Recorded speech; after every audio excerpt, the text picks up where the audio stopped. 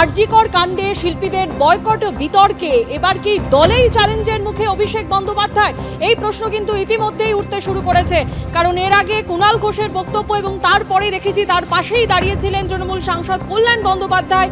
এবার একই সুর শোনা গেল শিক্ষামন্ত্রী ব্রাত্য বসুর গলাতেও। বয়কটের বিপক্ষে অভিষেক বন্দ্যোপাধ্যায় কিন্তু অবস্থানে অনড়। কুণাল ঘোষ, পাশে কল্যাণ বন্দ্যোপাধ্যায়, ব্রাত্য বসু। আরজিকর কাণ্ডে শিল্পীদের বয়কট বিতর্ক নিয়ে তৃণমূলেই তোলপাড়। অভিষেক বন্দ্যোপাধ্যায়ের মন্তব্যকে চ্যালেঞ্জ কুণাল ঘোষের।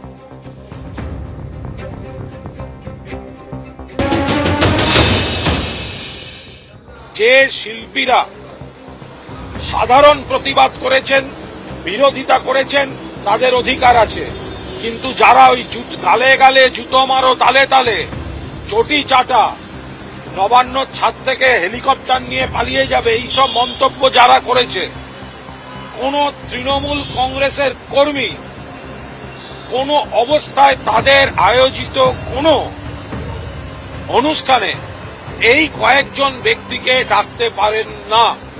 এটা দলের একাধিক গ্রুপে এ বিষয়ে সার্কুলার আমি দেখেছি, আমি সেটা বাইরে বলতে পারবো না। একাধিক গ্রুপে রয়েছে এবং দলের নির্দেশ বলে রয়েছে। জিজ্ঞেস করুন না উত্তর কলকাতার যুবদের গ্রুপে আছে কিনা, সভাপতি কোন সার্কুলার দিয়েছেন কিনা। আপনি শিল্পী তো, নাট্যকার ব্রাত্য বসুকে জিজ্ঞাসা করুন না যে তিনি কোন সার্কুলার পেয়েছেন কিনা। এই কয়েকজনকে কোন অবস্থায় তৃণমূল আয়োজিত কোন নেতা মন্ত্রীর মঞ্চে এদের তৃণমূল কর্মীরা দেখতে চান না এবং দেখতে পাবেন না।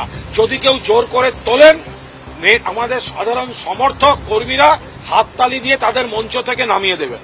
আমার তো এটা ভাবতে ভালো লাগছে, আজ সকালেও দুটি জায়গা থেকে খবর পেয়েছি যে কোন রকম অসাবধানতা বশত বা কোনো ইভেন্ট ম্যানেজমেন্ট গ্রুপকে দিয়ে করানোর কারণে এরকম দু একজন শিল্পী লিস্টে চলে এসেছিলেন, তারা গতকাল রাতে বা আজ সকালে তারা বাদ দিয়েছেন এবং বাদ দিয়ে সেটা জানালেন যে আমরা বাদ দিয়েছি। এ বিষয়ে আমাদের নেত্রী যা বলবেন সেটাই শেষ কথা। মমতা বন্দ্যোপাধ্যায় যা বলবেন সেইটা মেনে নেব এবং এটা একটা কোনো ভুল বোঝাবুঝি। যেহেতু অভিষেক বন্দ্যোপাধ্যায় এই গোটা ফেজটায় আরজিকরের সময়টায়, যেহেতু সেই সময়টা তিনি বাইরে ছিলেন এবং গোটা বিষয়টার মধ্যে ছিলেন না, যে কুৎসা চক্রান্ত ঝামেলা যারা আমরা সামলেছি, আমাদের জিজ্ঞাসা করলে আমরা বলে দেবো এই ডিফারেন্সটা কি। কুণাল ঘোষ এবং কল্যাণ বন্দ্যোপাধ্যায়ের সুরেই সুর মিলিয়েছেন শিক্ষামন্ত্রী ব্রাত্য বসু। ফলে প্রশ্ন উঠছে, এবার কি তাহলে দলের মধ্যেই চ্যালেঞ্জের মুখে পড়েছেন অভিষেক বন্দ্যোপাধ্যায়? শিক্ষামন্ত্রী বলছেন যে অভিষেক আমার অনেক উঁচুতে, মমতার সিদ্ধান্তই চূড়ান্ত। দলের দুরকম মত রয়েছে, তালিকা পেয়েছি, দলের সিদ্ধান্তই চূড়ান্ত।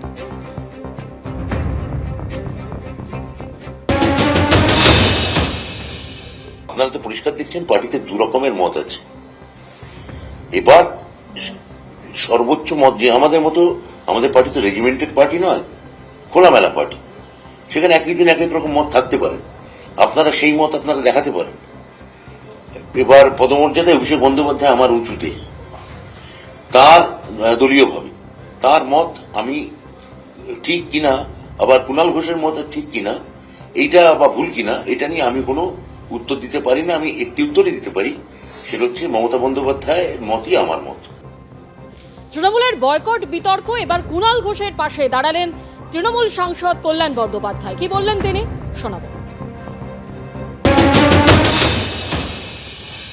আন্দোলন করার অধিকার আছে, শিল্পী থেকে আরম্ভ করে সবাইকারই রয়েছে, কিন্তু যে শিল্পী বা যে মানুষ মমতা বন্দ্যোপাধ্যায়ের বিরুদ্ধে ব্যক্তিগত কুৎসা করবে, যা তা বলবে, ট্রোল করবে দিনের পর দিন, তাদের আমি সমর্থন করব না, তাদের বিরুদ্ধে কথা আমি বলবো না।